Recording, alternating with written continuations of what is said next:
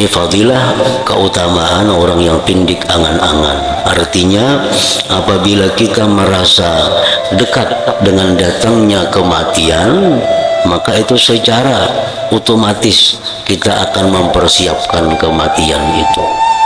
Kita akan memperbanyak zikir supaya akhir hayat ditutup dengan zikir. Karena kita menyangka, memperkirakan bahwa kematian ini sudah datang beberapa hari lagi. Makna kalam Imam Al-Ghazali rahimahullah wa nafa'ana bi'ulumi.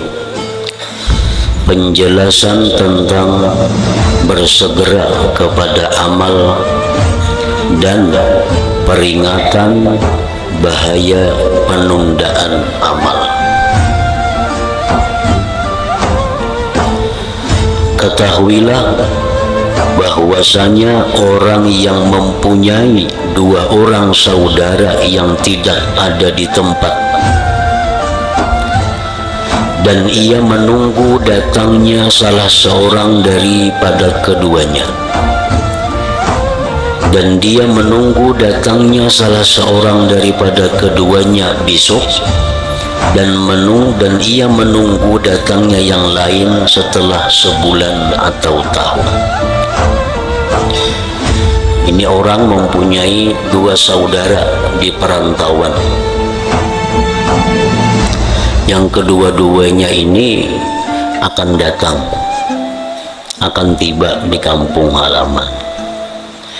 Yang saudara satu datangnya besok hari, sedangkan yang saudara yang kedua datangnya bulan yang akan datang, sebulan lagi. Maka ia tidak bersiap-siap bagi yang akan datang sampai sebulan atau setahun, dan ia hanya bersiap-siap yang kedatangannya besok. Itu sudah jelas dan diterima oleh akal bahwa yang kita persiapkan segala-galanya untuk yang datang besok.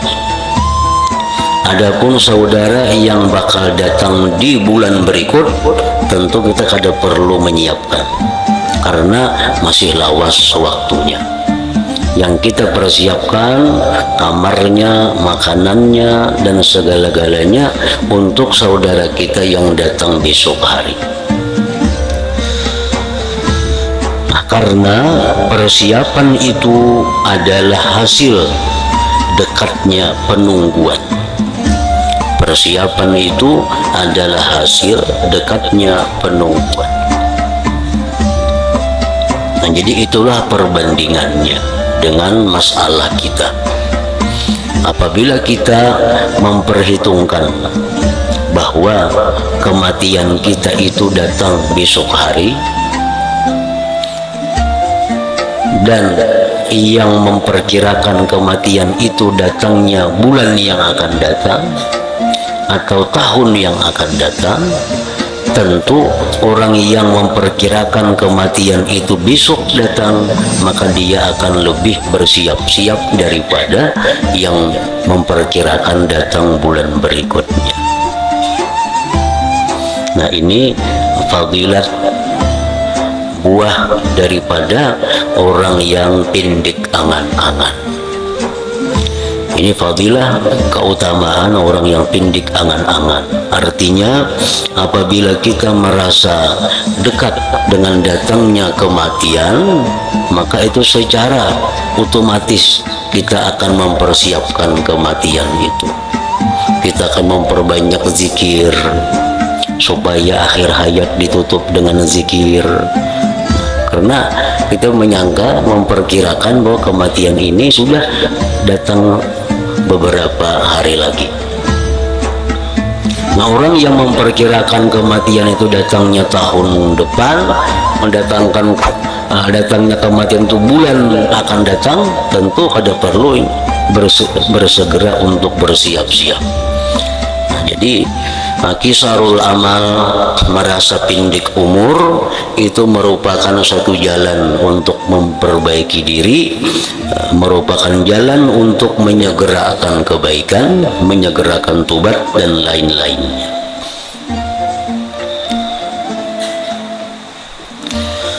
Maka barang siapa yang menunggu datangnya kematian setelah setahun, ini memperkirakan tahun ini kira-kira ajarnya kada mati, tahun ini diperkirakannya kada mati. Mun aku mati juga kira-kira tahun 2016 perkiraannya. Maka barang siapa yang menunggu datangnya kematian setelah setahun, ia menyibukkan hatinya dengan masa itu. Jelasnya dalam setahun ini kada perlu bersiap-siap untuk kematian, kada perlu bersiap-siap untuk kematian.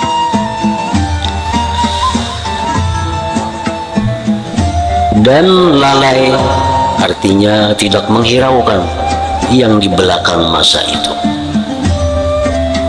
Ya, kada mengurusi yang di belakang itu.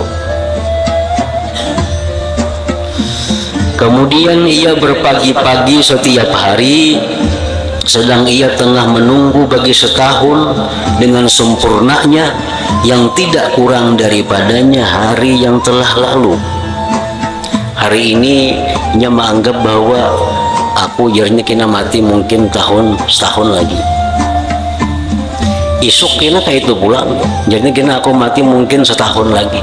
Karena dihitungnya pada 2 hari sudah berkurang nih.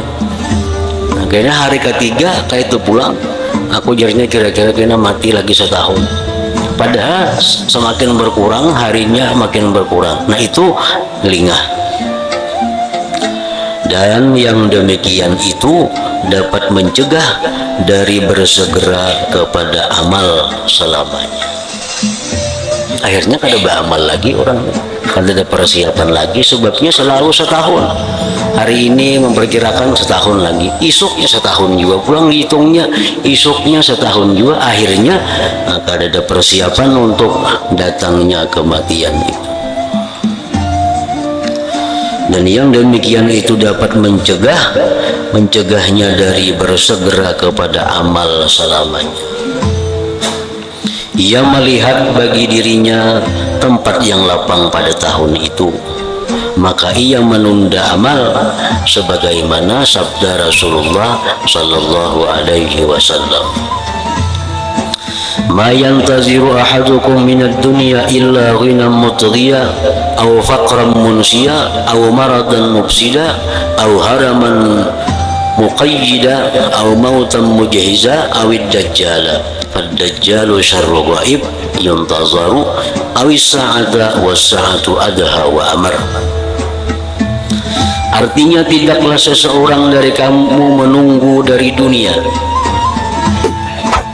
melainkan kaya yang menyesatkan, atau kefakiran yang melalaikan, atau sakit yang merusakkan, atau tua bangka yang mengikat, atau kematian yang mendadak, atau dajjal. Maka dajjal sejahat-jahat yang gaib, yang tidak tampak, yang ditunggu, atau hari kiamat. Sedangkan hari kiamat adalah lebih mendatangkan bencana dan lebih pahit. Kabar-kabar tentang kematian kepada diri kita ini sebenarnya selalu ada. Kabar-kabar tentang kematian itu, baik kabar itu dari tubuh kita sendiri, dari tubuh kita yang zahir, dari tubuh kita yang batin, dan dari luar tubuh kita. Nah, salah satu tanda bahwa kematian itu dekat dari dalam tubuh kita, seperti kurangnya ingatan. Mbak Anda kada tapi ingat lagi, mana kopiah aku tadi jadi, mana kunci tadi andaknya kada tapi ingat lagi Mbak Anda. Nah ini sebenarnya kabar bahwa kematian itu sudah mendekati datangnya.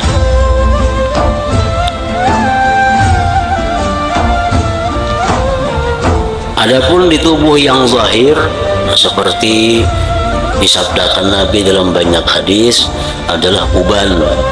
Nah, uban ini kabar bahwa kematian itu dekat. Lemahnya tubuh. Dulu bisa berjalan 4-5 pal kada apa-apa. Wah, ini siapa duduk sudah. Nah, itu sebenarnya adalah kabar bahwa kematian itu dekat. Nah, ini yang dari tubuh kita. Adapun yang di luar tubuh, seperti matinya, wafatnya kawan kita yang seusia seumur kita, si Fulan sudah meninggal. Dulu aku sekelas sekolah lawaninya, dulu sekelas sebangku duduk, meninggal. Itu sebenarnya kabar, sinyal bahwa kita parak juga kada lawas lagi. Sebenarnya itu keluarga, tetangga, kenalan yang kita kenali, mereka berdahulu meninggalkan dunia, itu sebenarnya kabar dari Allah kepada kita bahwa kematian itu adalah dekat lawan kita. Nah, apabila kita memperkirakan bahwa kita mati minggu ini, memperkirakan kayaknya kada berumur seminggu nih. Buktinya apa? Kawanku seumur sudah mati. Nah, jadi mun berumur seminggu lagi. Lalu dalam minggu itu dia tobat kepada Allah. Dalam minggu itu banyak berzikir. Dalam minggu itu banyak sembahyang sunat, banyak ibadah-ibadah. Ternyata sampai seminggu kada mati. Nah, ini ribhun azim, ini keberuntungan yang besar. Ini dapat hadiah yang besar. Wah, dalam seminggu kita mempergunakan waktu dengan baik. Nah, kita ulur pulang, minggunya kada mati kayaknya. Nah, kada mati, mungkin minggu akan datang mati. Nah, minggu akan datang kita memperkirakan mati. Lalu kita kada wani membuang-buang waktu untuk hal-hal yang maksiat. Kita kada wani membuang-buang waktu kepada hal yang kada bermanfaat. Pekerjaan kita hanya selalu ibadah atau pekerjaan mubah yang nilainya ibadah. Sampai minggunya kada mati pulang, nah 2 kali untung sudah. 2 kali untung. Nah, jadi yang macam itulah yang dilakukan oleh para ulama salihin dahulu itu. Mereka selalu menakar, menghitung umur itu, ada yang seminggu, ada yang 3 hari, ada yang sehari, bahkan ada yang setelah 12 jam, bahkan ada yang hanya per jam. Nah, bila mereka lepas daripada kematian, itu keberuntungan bagi mereka.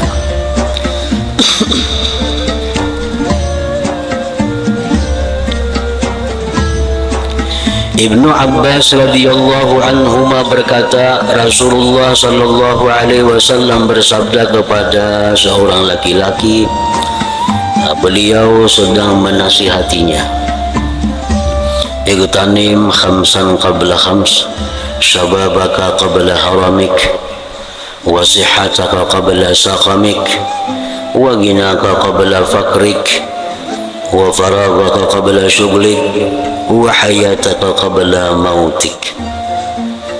Artinya, ambillah kesempatan 5 sebelum 5, yaitu mudahmu sebelum tuamu. Mudahmu sebelum tua. Waktu muda itu waktu yang serba mahal nilai ibadah. Waktu muda artinya kalau masa muda ini kita kadang menggunakan untuk ibadah, rugi. Kenapa? Karena Allah menukari ibadah orang muda itu lebih mahal daripada ibadah orang yang sudah tua. Lebih mahal. Orangnya anum, umur 30 itu masih anum orangnya. 25 itu umur anum, kalau 40 sudah tua. Dalam agama kita kayak itu. Jadi umur 40 yang merasa anum lagi, tua sudah. Nah, 40 nih. Nah anum itu 40 ke bawah itu usia anum. Nah usia anum ini usia nang harga ibadah tuh mahal. Kita umur anum 30 sembahyang sunat 2 rakaat. Lawan orang umur 80 parak mati sembahyang 2 rakaat, ganana anum nih pahalanya. Ganana anum. Orang nang anum inya bersedekah 10.000 rupiah. Ada orang tua umur 70 bersedekah 10.000, ganana anum ini pahalanya pada nang tua itu. Nang tua makin kada baharaga lagi. Apalagi sudah roh sampai ke tenggorokan makin kada berharga sama sekali. Nah makin roh para keluar ibadah tuh makin kurang nilainya. Makin orang tuh sihat, anum, kaya, nah apa ibadat itu larang harganya. Allah mengganti, Allah membalasnya.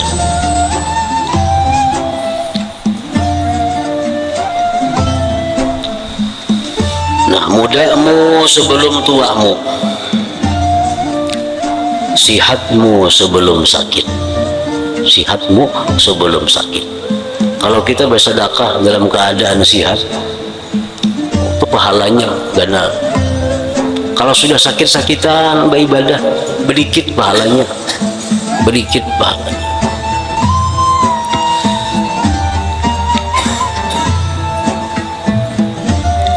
Kayamu sebelum kemiskinanmu. Orang kaya tapi takwa kepada Allah, ini lebih hebat daripada orang fakir yang ahli ibadah. Orang fakir kawa sembahyang 5 waktu berjamaah wajar ya, dia kada ada gawian, yang diurusnya kada banyak di rumah bagaimana.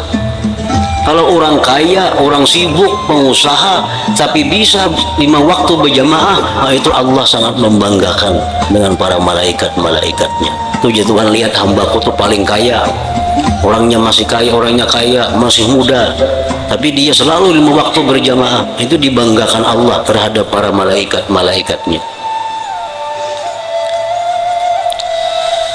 Kekusungan waktumu sebelum kesibukanmu, kekusungan waktumu sebelum kesibukanmu.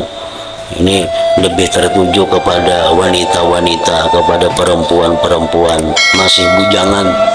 Ini masih kada ada kesibukan. Nah, disitulah kesempatan membaca wirid yang banyak, membaca Quran yang banyak, membaca ibadah-ibadah amaliyah yang bagus. Karena bila sudah kawin kita, nah itu sudah terbagi pengabdiannya lawan Tuhan dan lawan lakinya pula. Laki harus ke ini, harus ke itu, sehingga mungkin banyak amal-amal ibadah wirid waktu anum tuh kada terbaca lagi. Tapi tetap berharga, tetap dinilai kalau ingin lagi bujangan dulu suka baca wirid. Lagi bujangan dulunya suka membaca wirid. Tapi karena sudah balakinya melayani lakinya, kada kau lagi membaca wirid tuh nang banyak. Nah pahala tetap diberi oleh Allah. Pahala tetap tiap hari dianggap sebagai orang yang berwirid. Kayaknya pulangnya beranakan seekor mah urus anak pulang. Kada kau berlagi sembahyang 28 rakaat, kada kau lagi membaca Quran 4-5 juz sehari, kada kau, karena ada anak yang diurusinya. Nah pahala tetap jalan kalau nya waktu masih lapang, pak amal, pak ibadah.